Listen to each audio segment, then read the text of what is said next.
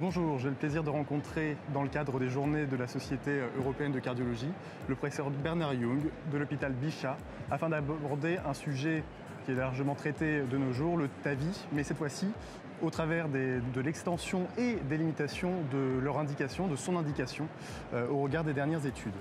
Bonjour professeur.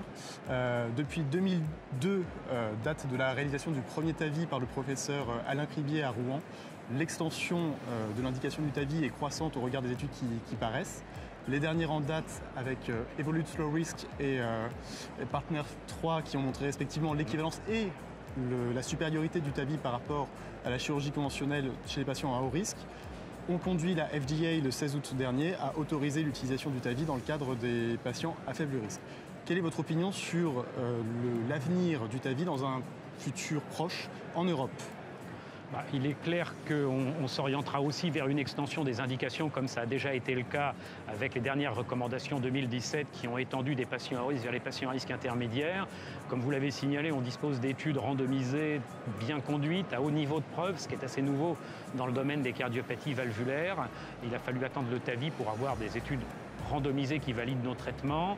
Et très clairement, compte tenu de ces résultats d'études, il y a fort à penser que les prochaines recommandations sur les valvulopathies qui vont être publiées par l'ESC en 2021 élargiront les indications vers les patients à plus faible risque.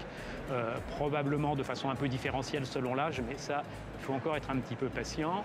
Je pense que dans le cadre de cette extension des indications vers les patients à plus faible risque, il est essentiel aussi de disposer de données de durabilité des prothèses.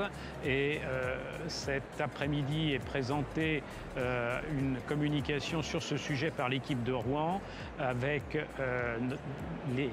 le résumé de leurs 15 ans d'expérience depuis le premier cas, avec comme originalité des données de suivi échocardiographique systématique qui permet d'étudier la durabilité des prothèses entre 5 et 10 ans et qui rapportent des taux de détérioration qui sont vraiment très faibles, de l'ordre de 4% pour les détériorations modérées et moins de 2% pour les détériorations sévères. Très bien, donc l'avenir semble serein pour le développement du TAVI. Deuxième axe. Comme nous l'avons vu, les études récentes tendent à justement étendre les indications, mais d'un autre côté, des études paraissent sur justement la possible futilité du TAVI dans certaines situations. Selon vous, quels sont les critères qui aujourd'hui doivent être pris en compte dans le rapport bénéfice-risque de l'indication d'un TAVI ?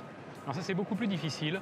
Ce problème des procédures futiles est bien connu depuis le début, puisqu'au début, c'est une procédure qui s'est adressée uniquement à des patients à très haut risque. Et toutes les équipes, malgré des critères de sélection assez rigoureux, ont rapporté des chiffres assez voisins, de 20 à 30% de patients qui soit décèdent, soit ne sont pas améliorés fonctionnellement lors de la première année. Jusqu'ici, les tentatives pour essayer d'identifier plus précisément, de mieux sélectionner ces patients, il faut dire, ont été assez décevantes. Les scores de risque spécifiques élaborés pour le TAVI, que ce soit le score fait en France à partir de France 2, que ce soit le score nord-américain de l'ACC-STS, arrivent à la même conclusion, c'est-à-dire des performances prédictives qui sont finalement assez médiocres. Il est très difficile d'identifier les patients qui ne vont pas être améliorés parce que ces patients âgés avec des comorbidités multiples, il n'y en a pas deux qui se ressemblent, ils ont des présentations très hétérogènes et c'est difficile de pouvoir identifier soit parmi les comorbidités, soit parmi également l'évolutivité de la cardiopathie, les patients qui ne seront pas améliorés. Donc je pense que dans ce domaine-là, il faut qu'on continue à travailler. C'est important parce que c'est la définition initiale des patients qui étaient ciblés par le TAVI. C'est une frange assez importante de la population compte tenu de la prévalence très élevée de la sténose aortique après 80-85 ans.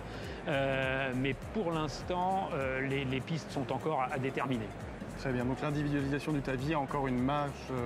Très clairement. Très clairement. Et je pense qu'on aura beaucoup à apprendre, à continuer à apprendre de nos amis gériatres dans ce domaine-là. Très bien. Écoutez, je vous remercie, professeur Young. Merci beaucoup. Bonne journée à vous. Bonne journée. Au revoir.